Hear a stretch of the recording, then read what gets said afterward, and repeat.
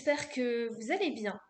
Je vous retrouve aujourd'hui dans cette nouvelle vidéo euh, pour vous partager donc une guidance qui est axée, je dirais, sur tout ce qui est tâches un peu ennuyantes, fastidieuses qu'on peut avoir dans notre vie et qui parle aussi de l'élan de vie.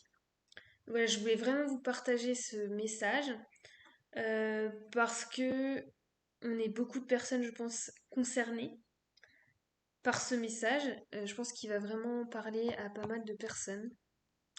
Donc voilà, je vais vous le lire. Alors, tu le sais, tu as besoin de vie, de piment.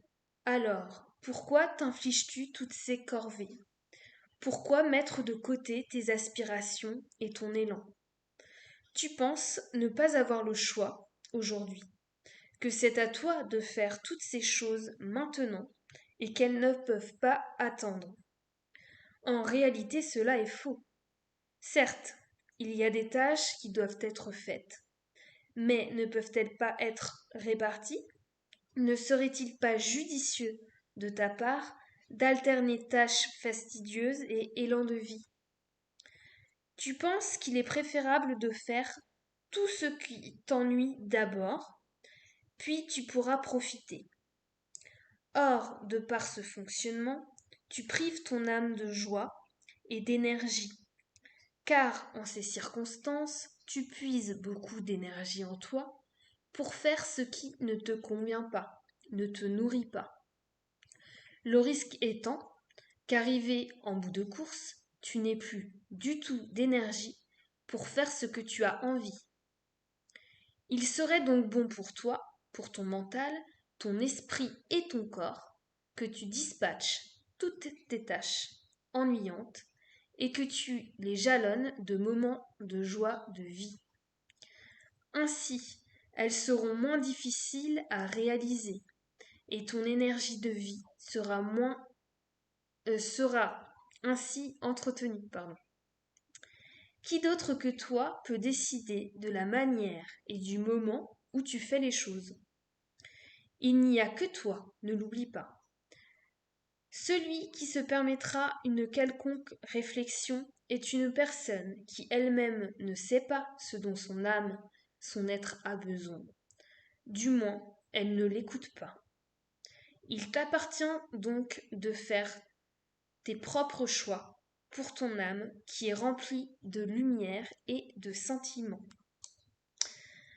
Alors, moi, il y a des choses sur lesquelles j'ai envie de revenir en lisant cette guidance, qui je trouve est très parlante. Euh, donc effectivement, quand on parle des choses, bah, on a tous dans notre vie des tâches, comme ils disent, un peu fastidieuses, qui nous ennuient, que l'on n'a pas vraiment envie de faire. Mais effectivement, il y a des choses, bah, il faut les faire. C'est par exemple, je sais pas, les courses. Pour ma part, je trouve ça un petit peu chiant. Voilà, c'est pas le moment que je préfère, mais je dois les faire. C'est juste que je choisis le moment où je les fais. Et donc, effectivement, on a comme ça toute une liste de tâches qui peuvent être un petit peu fastidieuses. Et j'ai envie de dire que c'est cette liste, même quand on a fait des choses, il y a toujours autre chose qui arrive et qui s'ajoute à cette liste. C'est un peu le truc infini. On va dire que c'est l'histoire de la vie, c'est comme ça. Voilà. Et c'est ok. Mais il y a des moments aussi, ouais, donc là j'en ai marre, je prends ma liste en fait. J'ai envie de me débarrasser des trucs, donc je vais passer des jours parfois là-dessus pour faire tous les trucs chiants. Mais en fait, comme il y a toujours des trucs qui s'ajoutent, ça fait que toute notre journée est en fait basée sur des tâches qui sont un petit peu fastidieuses ou en tout cas qui nous animent pas, qui nous nourrissent pas et qui nous donnent pas envie. Mais effectivement, ça fait qu'à un moment donné, bah, on perd notre énergie on est fatigué de faire tout ça. Et j'ai envie de dire, quelque part, ça donne pas trop de sens aussi à notre vie, parce qu'on s'éloigne de quelque chose de bon pour nous. Enfin, en tout cas, on s'éloigne des choses qui nous donneraient du plaisir. Donc l'idée, dans ce qu'il disait, effectivement, c'est d'alterner les tâches fastidieuses avec des tâches qu'on aime faire, ou en tout cas qui nous donnent envie, qui nous apportent de la joie, du bonheur, euh, je sais pas, qui réveillent notre créativité, enfin qui est vraiment un élan, l'élan de vie. Donc c'est vraiment d'alterner. Et j'ai envie de dire qu'après cette alternance, c'est un peu à chacun de trouver la sienne. Parce que, enfin, moi j'ai déjà par exemple entendu, bah voilà, par exemple, faut faire le matin les tâches fastidieuses. Exemple, on se donne un objectif de deux trois tâches fastidieuses à faire avant midi. Et puis, par exemple, l'après-midi, on fait des choses qui nous animent. Donc, j'ai envie de dire, c'est une méthode qui est très bien. Il y a des personnes, effectivement, qui ont peut-être plus d'énergie le matin et vont faire ces tâches-là. Et puis l'après-midi, bah, du coup, le fait de faire des choses qu'on aime, ça redonne de l'énergie. Donc, c'est chouette. Je veux dire, c'est une très bonne stratégie. Et puis, en même temps, je constate aussi, dans mes clients notamment, qu'il y a certaines personnes, en fait, si elles appliquent ce principe, en fait, elles n'arrivent pas à s'arrêter à midi. Parce que dans leur tête, elles sont enclenchées sur les tâches fastidieuses et il faut terminer. Absolument. Il y a ce truc, il faut que je termine, je peux pas faire autre chose. Je suis prise dedans et donc je veux le faire jusqu'au bout. Et donc, l'après-midi, boum, elles repartent sur des tâches fastidieuses. Donc je me dis, c'est que le système, la première stratégie est peut-être pas valable pour tout le monde. Et moi, ce que je constate pour ces personnes-là, en fait, c'est que pour qu'elles aient ce moment de joie dans leur journée, bah en fait, il faut presque qu'elles le fassent en premier. C'est par exemple, bah voilà, moi j'ai besoin de me balader, par exemple 30 minutes le matin, pour être alignée, pour être ancrée et pour pouvoir enchaîner ma journée et avoir l'énergie pour enchaîner ma journée. Ça peut être ça, parce que moi par exemple le matin, je suis pas trop en phase tôt le matin. Voilà, j'ai besoin de temps, je suis un peu en mode diesel, donc bah, j'ai besoin de prendre mon temps pour me réveiller et pour reprendre mon énergie et ensuite faire ma journée. Donc par exemple moi ça va être une balade ou ça va être une méditation, ça peut être du yoga pour certaines personnes, ça peut être quelqu'un qui se dit bah moi je vais peindre, je vais chanter, je sais pas, n'importe quoi en fait. Mais le principal, j'ai envie de dire, c'est que vous trouviez le rythme, en tout cas l'alternance qui vous convienne. Soit vous commencez par les tâches fastidieuses et vous terminez par du bon. Soit vous commencez par du bon et vous continuez par du fastidieux. Et puis vous pouvez même encore rajouter du bon en fin de journée pour vous redescendre.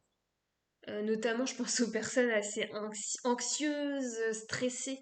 Ça peut être bien aussi de se reprendre un petit temps le soir pour se poser et se calmer et sortir de cette rotation des tâches fastidieuses. Et voilà, j'ai envie de dire à vous de trouver ce qui vous convient. Mais effectivement, c'est juste de garder en tête que c'est important de s'octroyer des tâches, des moments de bon, de joie, pour entretenir aussi votre énergie, j'ai envie de dire aussi entretenir votre corps et votre mental en fait. C'est un tout. Si vous faites que des trucs chiants tout le temps, des choses qui vous ennuient, ne vous nourrissent pas, de total tout le temps hyper routinier ou quoi, effectivement à un moment vous allez être fatigué, vous n'allez pas avoir le moral et donc vous allez un petit peu chuter. Donc c'est important d'essayer voilà, d'équilibrer votre balance et d'amener du bon dans votre vie. Et après, j'ai envie de dire, voilà, si au départ vous arrivez pas, que c'est trop dur tous les jours, ne serait-ce que une fois dans la semaine, au moins accordez-vous du temps pour vous, pour faire des choses que vous aimez. Voilà, c'est hyper important. C'est pour votre bien-être mental, physique, psychique. Voilà, c'est vraiment tout, j'ai envie de dire. Donc, euh, donc voilà, et puis je dirais que ce texte, il pousse aussi beaucoup à l'introspection parce qu'il pose pas mal de questions. Donc je vous invite vraiment peut-être à reprendre ces questions et à vous demander pour vous-même. Par exemple, je reprends. Euh, Alors ça disait, certes, il y a des tâches qui doivent être faites, mais ne peuvent-elles pas être réparties? Questionnement. Ne serait-il pas judicieux de ta part d'alterner les tâches fastidieuses et élan de vie? Questionnement. Il y avait aussi qui d'autre que toi peut décider de la manière et du moment où tu fais les choses? Questionnement personnel. Voilà. Et je trouve que oui, d'ailleurs par rapport aux autres, c'est aussi très intéressant parce qu'effectivement, il y a peut-être des gens qui vont dire non mais attends, qu'est-ce que tu fais là? Je comprends pas, tu dessines alors qu'en fait, il y a ça et ça qui est pas fait, quoi. Genre la vaisselle est pas faite et en fait, toi, tu dessines, quoi. Bon, j'ai envie de dire, oui, vous pouvez vous heurter à ce genre de remarques, mais c'est vraiment à vous que ça appartient de prendre soin de vous, en fait. C'est pas l'autre qui va le faire pour vous. Et si l'autre choisit de faire passer toutes ces tâches fastidieuses en priorité par rapport à son bien-être, à sa santé mentale, physique, psychique, j'ai envie de dire c'est son affaire. Mais si vous avez envie d'autre chose et que vous décidez d'autre chose, il ne tient vraiment qu'à vous d'appliquer ça. Mais n'attendez pas non plus des autres une validation. Peut-être qu'aujourd'hui, ils vont se dire non mais n'importe quoi ce que tu fais et tout ça. Et puis que dans quelques années, ils vont se dire ah bah ouais mais en fait t'avais raison. Voilà. Donc vraiment vous faites vos choix pour vous et pour votre bien-être personnel. Donc l'autre, s'il comprend pas votre choix, voilà, c'est son histoire quelque part. C'est voilà, ça vous regarde pas. Le principal, c'est que vous soyez bien dans vos baskets, j'ai envie de dire, dans vos énergies et dans votre vie, tout simplement. Donc voilà, je vous laisse sur ces belles paroles, comme dirait l'autre. Et puis je vous retrouve à très bientôt dans une nouvelle vidéo. Voilà, bye bye les amis.